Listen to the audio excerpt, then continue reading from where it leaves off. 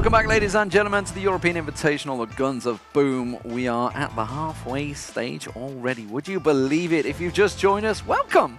I'm Lee D-Man Smith, and joining me on the analyst desk here is Stanis. You're going to know him and love him from the community and dev team. And, of course, our very own Harry, a.k.a. Lethal, on the end there, just to give us a little expert analysis from a pro player point of view. So we're moving on in the bracket stage. Let's get them on your screen. The brackets, it has been a pretty fast and exciting day already. Knights of Honor, a.k.a. Jug, started things off very strongly with a 2-0 victory there. Then Yakuza, we saw them come back from a 1-0 deficit against Back-to-Back, picking up a 2-1 win there. And they just moved on to the winner bracket and blitzed it 3-0 in a best-of-5 over Jug and find themselves in the final. Who's going to join them? We will find out, because coming up now is the losers match. That is going to be back-to-back against Forza. Now, we've already seen both these teams in action. Stanis starting things off. Forza are obviously the fairly newly formed team, and back-to-back, they found themselves 1-0 up, and then it slipped out of their hands. Yes, it really felt to me like the dynamic was interesting, and we see that we have 3-0 and we have 2-0, and those are all control points maps going forward, just the same flow, and one team starts losing the control game and then they cannot come back. But Hara actually had a TDM map in between to break up the flow after their loss, and then they got 2 wins. But for Back-to-Back and Forza right now, as they're meeting up here, they lost their games, but they showed a lot of promise for some real competition, and I think they can really keep it together, come back in this live event, and maybe even have a shot at the finals. Harry, do you agree? I mean, you've obviously played in various tournaments, TDM, King of the Hill, capture the control point, capture the flag, whatever you want to call it, a bunch of different styles. Do you agree if you do start slipping away in that control point mechanic, you want to break it up, get that TDM in there, change the flow a little bit, get yourself back in there, because that's what worked, as you say, for Yakuza. No, you're absolutely right. I think one of the problems you're going to have is the fact that these higher-end teams, or these high-tier teams, do prefer the objective game type that's more involved. There's a lot more strategy behind it. The tacticians will probably enjoy themselves due to the fact that there's so many ways to implement anything you want to do. So that's why you see so many more objectives. That's why people, a lot of them try to stay away from that TDM, just due to the fact that numerous things can happen. There's some kind of backtrack ways where, you know, there's sort of unfortunate circumstances. And do you know what? Every one of these players are good slayers, so it kind of makes sense to why they want to go for these objective game types. But talking about these two teams now, we know Back-to-Back has made every single final in these online Go Force.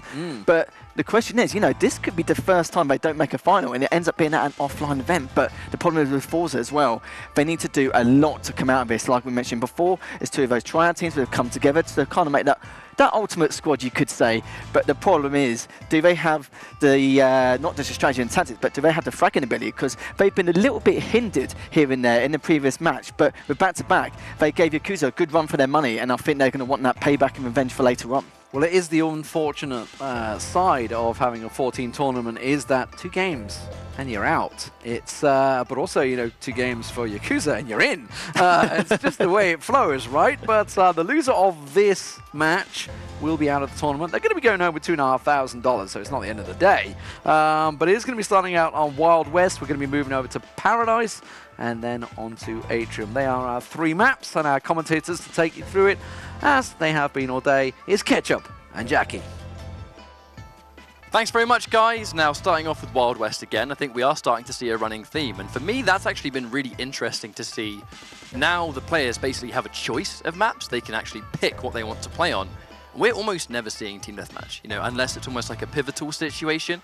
And I think as the day is going on, we're seeing even less of Team Deathmatch. And I think that kind of goes back to what the guys are talking about, which is the second you have a level of control to put on there, I think the better team is a bit more prominent, you know, because in TDM, sometimes you're only going to survive for a set amount of time. So if you can do control points and win through other means, I would definitely agree that it's the right way forward. I don't know what your opinion would be on that. I'd say it's the same sort of thing, right? It comes down to sort of teamwork is always going to be the bigger picture. You can have 4 of the best fraggers in the world, but if they have no communication whatsoever, they're not going to be able to play TDM every game of their life, and they're not going to win versus a better structured team, because it comes down to when to rotate, when to go for those flanks. You need to have a strong IGL that is going to be in charge of the unit and know how to herd you in the right positions, and if that's not there, it's just not going to go down. So obviously, in terms of team play on Guns of Boom, Boom, as the way the meta game's going to evolve, I feel like the more events we see, we'll probably try and pave ever so slightly away from that TDM format if they can avoid it. Yeah, and I think we're going to sort of almost like see that repeat itself as time goes on, but it's going to be Wild West. Losers bracket action. Now this, guys, is elimination territory. Gonza starting things off wonderfully with a double grenade kill. Killing Machine getting a brutal kill as well. That's why it's actually 131 points currently to 0, because if you get the bonus kills, look at it immediately. Like, most of the work is already done. Yeah, they're pretty much all back on full HP as well because they've been given so much time to heal. And from a distance, they are dealing big damage. John Wick goes in, takes down Expert with his #2 pencil, and Killing Machine looks for a little bit more, gets that free frag, and hits a killing spree as well. Killing spree, Killing Machine is already doing so well. I think a combination of these things could lead to what might be our fastest map of the day if they don't claw things back. And that 1 minute is already gone. But I feel like, you know, the bulk of, you know, there's a quarter of the time, well, actually a fifth of the time, sorry, it's a quarter of the work. There it is. Privet gets a double kill up close. I think the combo breaker actually is going to be really important to at least try and bring them back in. And as you can see, they have somewhat started to claw the way back in a bit. Yeah, considering the lead we had, the discrepancy has started to fade away ever so slightly, but they're back on the point now, fighting close by that piano area, fighting for the center point of A, keeping Stanison at distance, but actually they get a bit too confident, they charge in. It's only Killing Machine to pick them to pieces, but he's playing that ever so classic position, Ketchup, and they know about it now. Yeah, and that kind of goes back to the adaptation now. I think, you know, word on the street is that Killing Machine likes sitting around by those carriages, so I think now they know he's there. The ball's going to be in his court, somewhat mix it up some, you know, go for some different locations. That's actually why I think Killing Machine, at least at the very beginning, tried to use some of that cover. Didn't really go straight for the carriages. Has gone back there now, but this machine gun's not going to cut it. We need to see you swap to a sniper rifle, otherwise that's going to be a lot of damage you cannot answer back for. The surprise from Gonza gets one. And it looks like the turn of momentum has been quite severe. Killing Machine and friends back on track. 700 points already accumulated and showing no signs of slowing down from a distance still as well.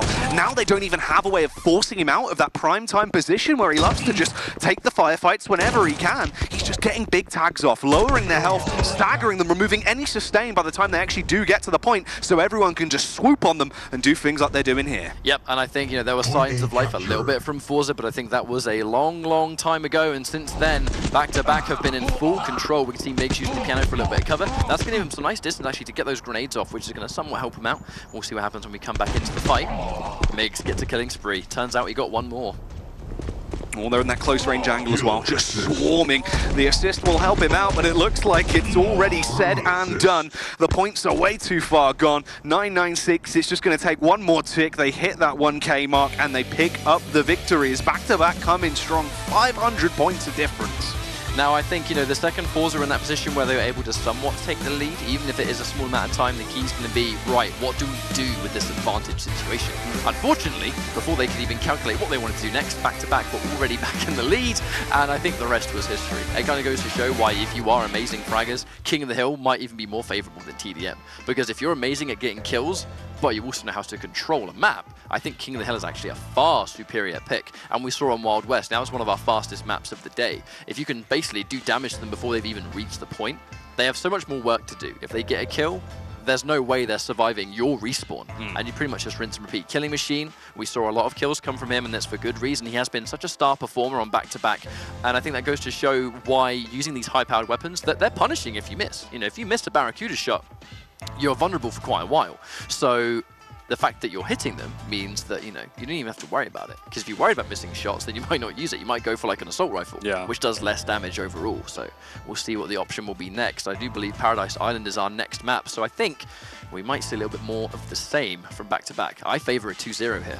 It's looking likely, to be honest with you, especially for back-to-back. Paradise Island has all the things that they would absolutely thrive in terms of the environment, right? They've got setups where they can just play from those far-back angles. Killing Machine, if he doesn't want to get in their face, he can hold back. He can hold free line of sight the whole way through. Constant damage that can be getting output from that sniper rifle. Even if it's not pure frags that are coming through, it's that early damage. By the time they do arrive on the site, they'll have 3 other men that will just want to tear them to pieces, and they would already have lost all their armor and be stat on about 50% of their HP, which just isn't enough. Yeah, and with no armor, you're pretty much vulnerable to those one-hit kill headshots. You know, sometimes they don't obviously get the guaranteed kill, but if you've taken a little bit of damage here and there, then you're definitely vulnerable to it. On the subject of sniper rifles on Paradise Island, you have the luxury of so many different vantage points. You know, on some of these maps in TDM and King of the Hill especially, the ones that are a little bit smaller, a little bit more focused, it tends to be this is the designated sniper spot. Yeah. That is the designated close range spot. You know, most of the time it's the point. I feel like on Paradise Island, it's nowhere near the same because you have, you know, first of all, you have 3 different entryways because you've got straight down the middle.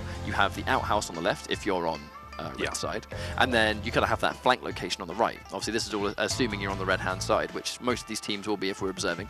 That alone, I think, lends itself to being very sneaky with how you take those sniper locations. And Killing Machine, I think he's going to be the player to watch here. Yeah, it'll be beautiful to see what he can come up with. Obviously, for that squad of back-to-back as well, is this where they're actually going to come in, sort of go, look, you know what, guys, we know what we need to do. Let's just try and punish here, close it down in 2, don't get overzealous, play quite smart with it. Don't get too ridiculous or try and pull something, you know, sort of crazy out the bag. There's no need for a shock and all-star play. They can play very standard Guns of Boom, which is basically what they've been doing. Play from a distance, be able to work around each other, and they should be able to close it down. And that's pretty much what I expect to see. For Forza, the only real chance would have to be an absolute resurgence in terms of confidence here. They're going to have to come in this, reset. In terms of those aim battles, they would somehow just have to go crazy in the early game. And that's the difference maker. We saw, what, like a 300-point lead nearly in the early game? If you get something like that, it just affects you so much. It was almost a whole minute until Forza managed to do anything at all. And I'm not even just talking a kill. Like, contesting a point gives you points. You know, anything significant will give you points. And pretty much the first minute of that entire game, back-to-back, it was one-player games. You know, there was, straight up, no competition there whatsoever. It's a difficult position to be this far back off such a dominant win, and the adaptation basically being, lads, we need to play better. Yeah. And if you're in loser's bracket and this is elimination territory, you know, these guys are going to be going home. They're not going home empty-handed, but this is a $40,000 tournament. They're not going to be satisfied with a smaller chunk of that change. They want the whole lot. Yeah, it's very true, especially when you think for Forza walking into this event right now, the first team to sort of be picked up by an organization, be hand-picked together, and, you know, you've got the 2 Ukrainians, you've got the 2 Russian players there, both from separate teams that placed 4th and 5th, merged together to try and make one sort of super squad.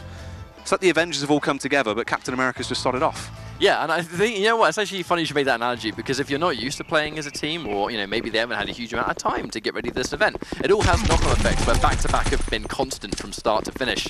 And Killing Machine, I mean, I don't know if you'll believe it, but he spilled the first blood. Classic Killing Machine, always up to his vintage plays. And Gonza as well. Tax Stanison does eventually get the frag as John Wick will come through to aid him. So they have got that side control. Very smart as well. John Wick trying to play around the angle to stop Houston from getting the shots off, but what he didn't realize was Andre's there, and he is going to try and punish from close range. Mix manages to take it, so it's going to be even, but for now, I feel like I still favor back-to-back here. It's definitely close, so you know, but the thing is, it's that turn of momentum that you can see take effect. King of the Hill, I would even go as far to say that it's more significant on King of the Hill than it is in TDM. Because it's a TDM-sized map with this extra dynamic of a point. So if you capture the point and start doing well, anyone can make a comeback. You at no point, with the exception of maybe the last 20 seconds, count a team out of this mode. So fully controlled there as well with an attack from the back. Houston gets the first man, tried to get the adjustment on the second, but couldn't quite punish John Wick. Instead, it is going to be the snipers that reign supreme. Gonza annihilated. No one is on the site. No one has control over it. An expert sprints in to try and change things. Wonderful location there, actually. Knowing that Killing Machine was likely to run around the right-hand side, that was the preemptive grenade throw, which really kind of gave them the knowledge, letting them run in. John Wick now getting a double, but not before Stason gets 2 as well. The grenade and Porcupine, such a tried and tested combo. We see the grenade throw miss. That's not going to do much. It's going to trigger damage over time because of the Porcupine, but that's not going to be enough at all. And it's going to secure Migs a double kill. Here we go as well, the snipers. These are the angles that we were talking about. Big headshot damage. Triple kill comes through. Sprints up close. It will not be the quad. It's going to be John Wick making himself the sequel. Yep, and I think actually, to be honest with you, getting the triple kill, quad kill would have been just the thing dreams are made of when you're that far back. The fact he got 3 in itself was highly impressive. But even though we hit 500 points again, I really want to say, do not count this team out, because if they get one good play and it snowballs, it could easily go in their favor. Just roaming around the site, trying to keep their distance. Stason does find that very impactful kill. Experts there to assist him as well, playing just slightly off the point, holding that left and right side flank, attempting to keep the distance. Is it going to be the difference maker as they are slowly accumulating a bit of a lead here now? Yep, and it's starting to somewhat climb as well, that sort of steady progression, which as the receiving end team you can kind of worry about, because timer is not on your side. You know, we're over halfway down. I think, you know, the fact that the maps themselves are hyper small in terms of, like, you know, not only size but the length. We only have 2 minutes of this left to go. If they can keep things nice and constant, they're going to win. And you very rarely see a timeout on King of the Hill. It is crazy as they are just storming ahead. John Wick gets himself the double. Expert comes back through onto Killing Machine as things start to quiet down a little bit. John Wick's reign of terror is going to be ended. I guess they're not going to end that trilogy. Yep, and I think Gonza manages to pick one up. Haven't seen a huge amount of Gonza just yet. We've seen him a little bit in the kill feed, but here we go. Drawing on to the final moments of the map. Only 1 minute 40 on the clock. Good grenade kill. Into a little bit of a combo from the rest of the team. And they're just trading it back and forth. But the trade, hang on a minute, is this going to be enough to win? We only have a little bit of it left to go. They need to get the game of their life. They need to make that comeback happen. And sticking together is going to be the goal for it. But they're really falling victim to those Barracudas. The support fire from the machine guns. Unfortunately, that's going to be damage they can't return either. Killing Machine gets completely outgunned by Stason. And that might be all she wrote. Is this going to be 1-1? I think so. Yeah, it seems like we're going to be going to that third map here. They don't want it ended in a 2-0. They're too far too gone, really, in terms of their points lead, so it should be shut down in their favour. That's going to be the game really set and match, as you'd expect. There's no way. They have denied it for the meantime, but as soon as they find a kill, it's over. They can't die. They can't lose anyone. Surely they can't survive this.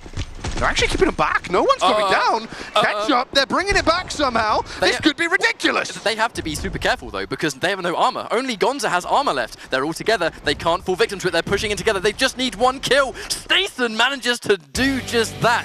And I actually really like that team play of, guys, we have to pile in. Yeah. Surely, if we're fresh off the spawn, we have armor. They don't have armor. We have grenades. Maybe they've used all their grenades. We just need one more kill. And they piled every ounce of that meat into that point.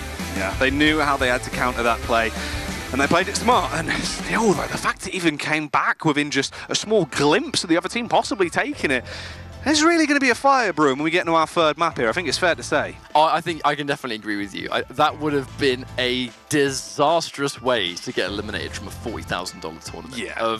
We just needed to get one more kill. How did every single one of us not do that, you know? But it was actually a combination of well played from both of them, you know, back to back. The only reason that was possible is because they stopped being out in the open. Their positioning was immaculate by the end. Unfortunately, when they kind of forced themselves into that outhouse on the left, they were at a bad spot where one of them dying was like the most guaranteed outcome. You just need a couple of grenades in there and someone's going to go down whether they like it or not, because there was no more armor left. This is actually a lot more reminiscent of what I expected to see coming out from John Wick as well. Not just because of the movies, but more so the man himself, obviously, is a bit of a bloodthirsty gamer. He does like to punish and rack up that head count. 19 frags to his name, was soaring ahead, topping the charts there. Yeah, and I think it's the one thing that kind of kept them alive. It's one thing that prevented it from being a super, super dominant win. And with those 19 kills, it wasn't just 19 kills standalone. Some of them were triples, some of them were doubles. They would have obviously led to a killing spree, and the killing spree is one of the highest point bursts you can get, I believe. So with all these things added up, it kind of just reiterates how important understanding actually how every kill carries weight. Yeah. That's the one big thing. It's having a mechanical understanding of the game to pick the right weapon for the right job. If you're up close, you're going to want to even prioritize knife kills. That's why you even see knife kills. It's not because people want the damage. It's because if they know a knife kill will finish the job, you're actually going to get more points for getting that than if you were to get something else. Yeah, it's also as well, Guns of Boom, in terms of the time to kill, it's a little bit longer than your average SPS in terms of how people are going to go down. You can take more bullets and keep fighting, so you need to know what weapons to prioritize in what situation, or else it just doesn't work for you. Snipers from long range, you can take off a hefty chunk of armor, you can build from that. In close range, the time to kill is going to be too long for an assault rifle. You go for the little gut stab, it's going to help you out a ton more. Yes, and as we go into our final map, which is actually a scary situation, the final map of elimination bracket is going to be Atrium.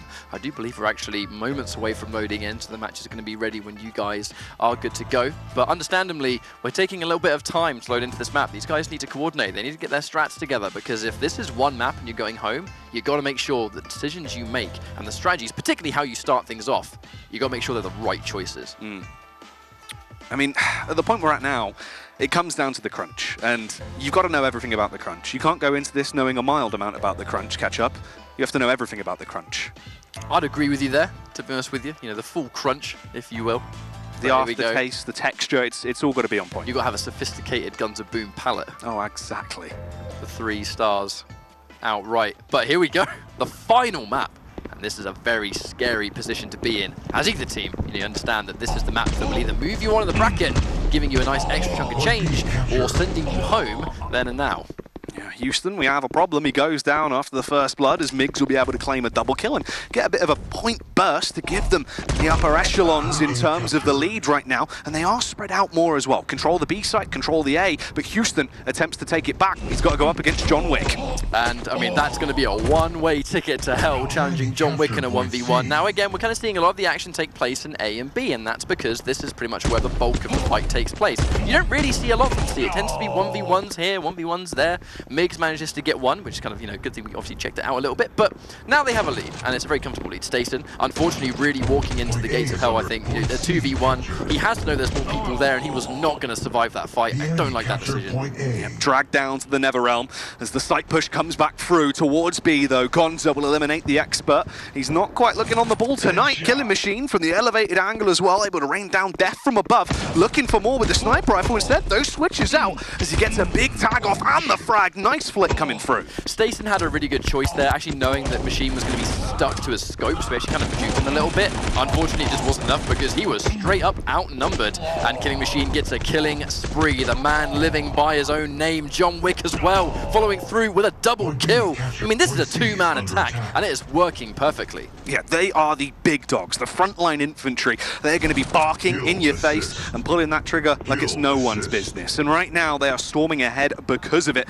Where can they build from here, though? Trying to keep this going. Miggs keeping him a distance, but the flank comes round and he gets annihilated. That's I actually saw the player cam there. He kind of jumped out of his seat. It looked like, whoop! Did not know you were there.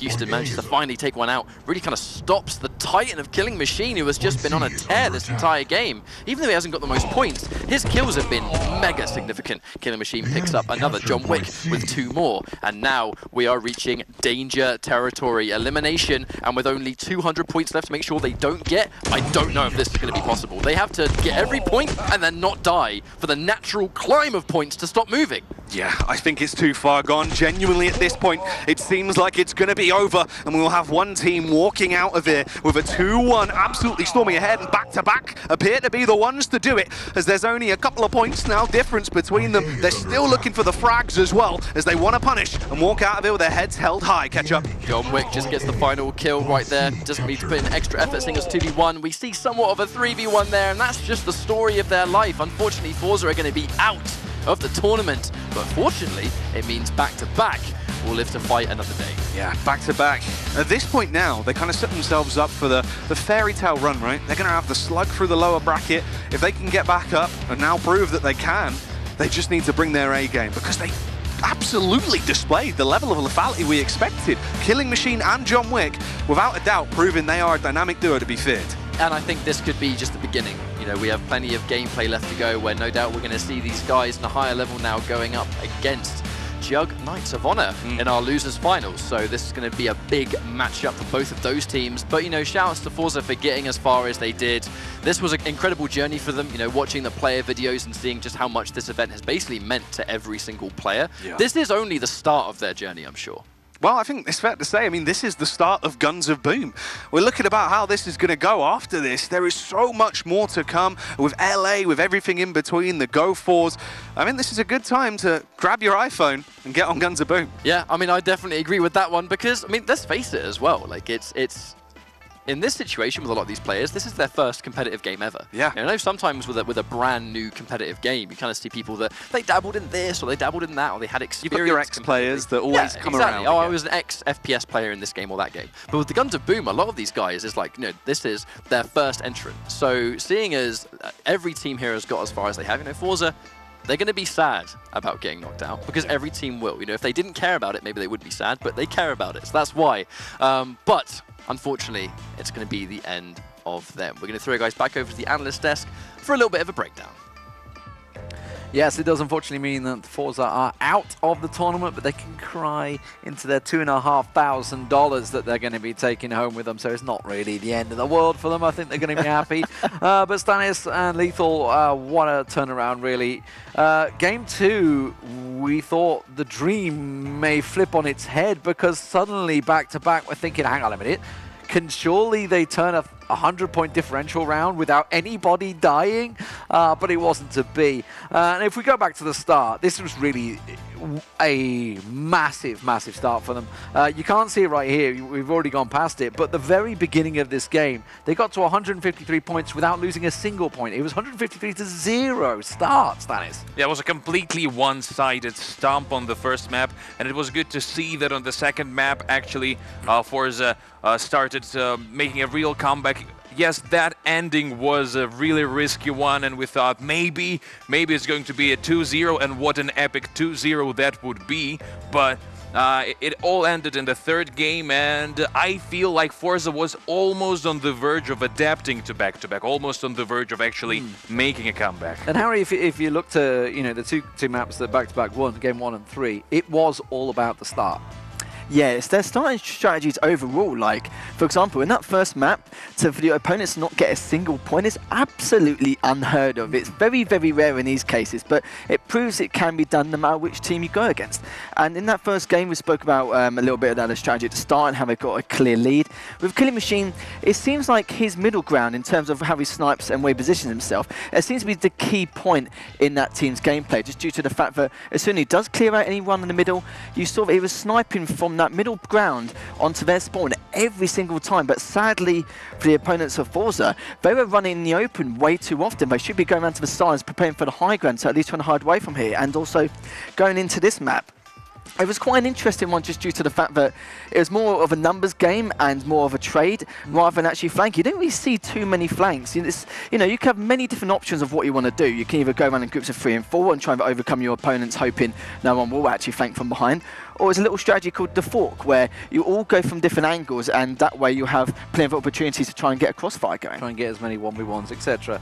You saw here, obviously, FORZE, they had a 200-point lead at one stage, and you can see even now the points was getting slowly closer, closer, closer, until we got towards the end. You can see they were at 9-4-8. They just need one kill to finish it, and they almost pulled it back and almost lost it back-to-back coming into it. But then we started off, and it was such a strong beginning. You can see 172. They built themselves up a 150-point lead literally 1 minute into the game, less than. And that's what really the story of the game is. John Wick going off on one here in the final map, and all the puns that you can imagine coming out of Jackie and Ketchup on that one. But Stanis, it seems that we have ourselves a bit of a rematch of a finals that happened in the Cup number 5, which was Jug Knights of Honor versus back-to-back once again. Yes, and to me it seems like it was in a way, back-to-back on FORZE, this game was a really straightforward shootout, and FORZE just actually brought the fight to back-to-back, and 1v1s, back-to-back felt way more confident with John Wick and Killing Machine. It was time, it really feels, for FORZE to try some sort of other tactics, to try use their, to try to move around and all that good stuff that Lethal was talking about, but they actually just tried and tried to win straightforwardly, and they just were outgunned completely. Outgunned, that was the story of the game. So close, but so far. FORZE go out the tournament. Who is going to be joining them? The next up, the match is going to be the decider. It will be Jug Knights of Honor up against back-to-back. See you then.